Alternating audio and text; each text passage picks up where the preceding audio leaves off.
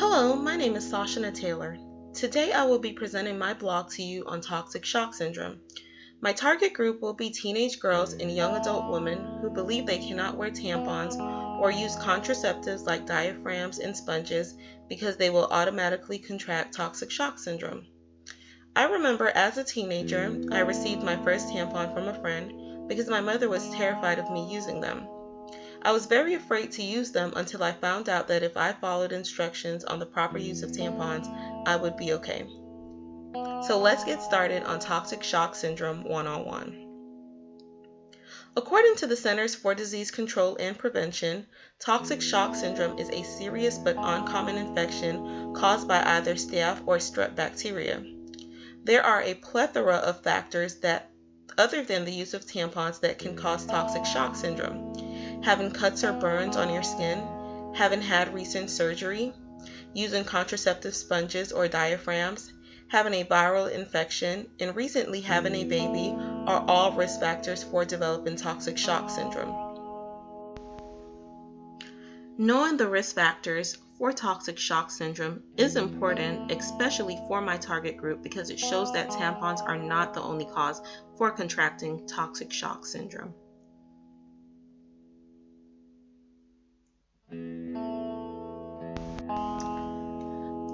This video is from the series The Doctor, and basically two families come together to share their experience with toxic shock syndrome. Unfortunately, the lady in the red, her daughter passed away from toxic shock syndrome, and the young girl in the black, alongside her parents, are there to share her experience with the fact that she was in a coma from toxic shock syndrome.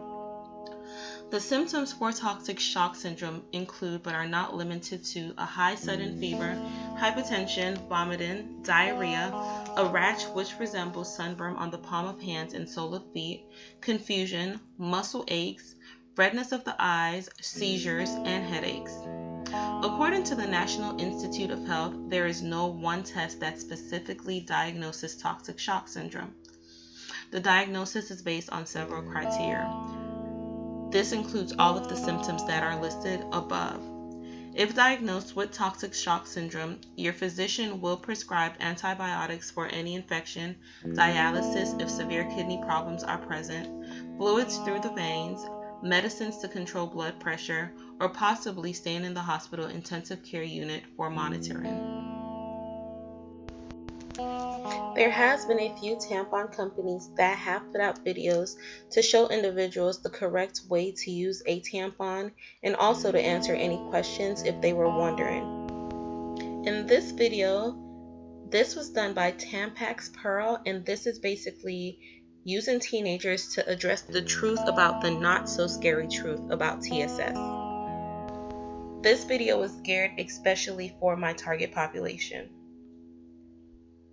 Now let's move on to blog post number 2. We will be addressing tips and fun facts about toxic shock syndrome.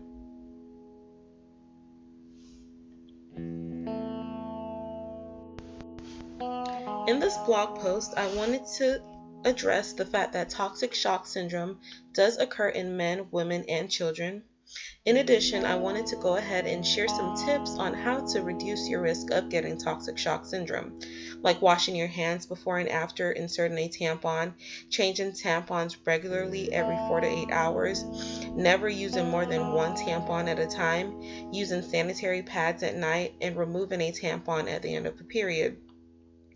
This video goes in depth, or was done by an OBGYN, and basically she goes over toxic syndrome as a whole, but she focuses on the causes of the disease and how to prevent yourself from getting it.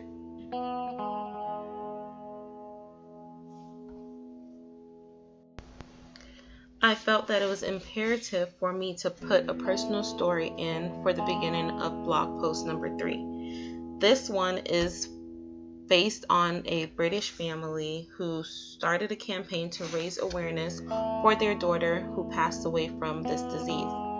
I did not put this personal story on this blog to scare anyone, but just as a wake-up call to show you all that it is a fatal disease and it does affect teenage girls. This disease is treatable and it is also preventable, so if you know the risk factors, you can definitely reduce your risk of contracting TSS. In this blog post, I wanted to focus more on something else that causes toxic shock syndrome than tampons. I wanted to turn my focus on contraceptive sponges and contraceptive diagrams because these have been linked to toxic shock syndrome. As a teenager, I know it might be really difficult to talk to a parent or to talk to a physician about using the right contraceptive. If you click on the link contraceptive sponge or contraceptive diaphragm, it takes you right to the Planned Parenthood website where it gives you an in-depth detail, Lynn, of each and every contraceptive that there is to offer to help you to prevent pregnancies, STDs, and toxic shock syndrome. This video goes into depth on telling you the different types of contraceptives that are available as well. For blog post number 5, I wanted to focus on day-to-day management of preventing toxic shock syndrome. This includes taking proper care of cuts and burns, changing dressings regularly if you had surgery, seeking professional care if you have a viral infection. I also included a link to blog post number 4 on the different types of contraceptives. In this video, Dr. Ulrich from Livestrong talks about different causes of toxic shock syndrome, symptoms, treatments, and so on.